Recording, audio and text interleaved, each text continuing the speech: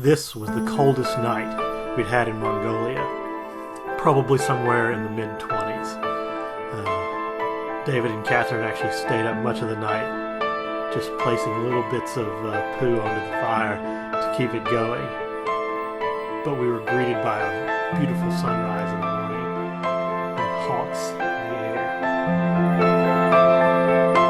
As we went on during the day, it actually ended up becoming one of the hottest days, probably getting up to the mid-90s. Here we were watering our horses by a stream. There was one scene that sadly I got no photos or video of, where a group of wild horses were being driven by a white stallion. It's one of the most stunning things I've ever seen in nature. And I was starting to get much more used to the horseback riding, but alas, this was our last day as we pulled into our camp to be rejuvenated with our van and unloaded our pack yaks. I would say goodbye to my horse, whom I called Lunch Break because he was constantly trying to find me to eat, and he wore the most uncomfortable saddle known to man. You can see that metal loop in the back. My first day, that dug into my tailbone, and I actually stuffed my shirt into a pillow to ease the pain.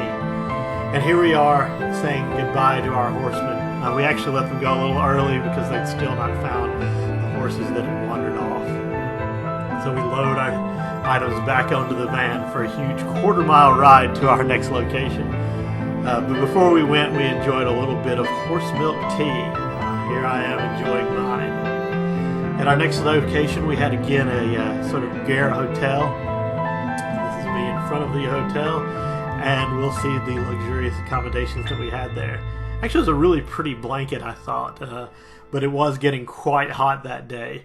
And we would have further adventures just wandering around the campsite, looking at the beautiful sights there were to behold. This was a small hill. It's bigger than it looks, that was near our camp. As the day went on, Catherine and David decided to go on up the hill, and you may be able to spot them if you can look very carefully. If not, oh, there they are. Later that day, we traveled to see a waterfall, but it had been very dry in Mongolia at this time, and the water had actually dried up. I later saw a picture on Facebook that was with my guide where she had gone in the wintertime and the water was full, but it was frozen solid, which just gives you an idea of the scale of temperature change in this magnificent landlocked country miles from the ocean.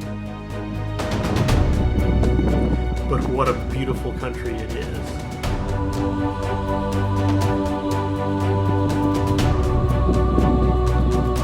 Within this canyon on the Orkhon River, it was just in awe of the beauty. And down below, we actually had a few more trees than we did in the grasslands. Further upstream, there was actually a smaller waterfall that was on the main river that was still up. The French party that we had seen earlier with the tents were actually enjoying the waters themselves. But it was beautiful to see the volcanic rock being cut away by the long flowing Orkhon River. A strange place this was, almost like in Star Trek, where you were like at an Earth-like planet, but of stunning beauty, endless seas of grasslands and blue skies.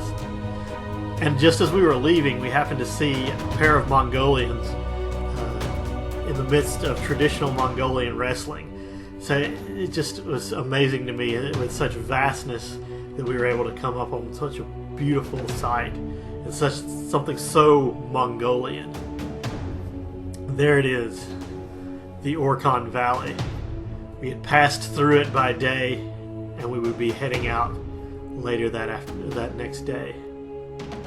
I hope you enjoyed our travels so far. Feel free to subscribe to be notified of future trips that we may have. And thanks for listening and watching.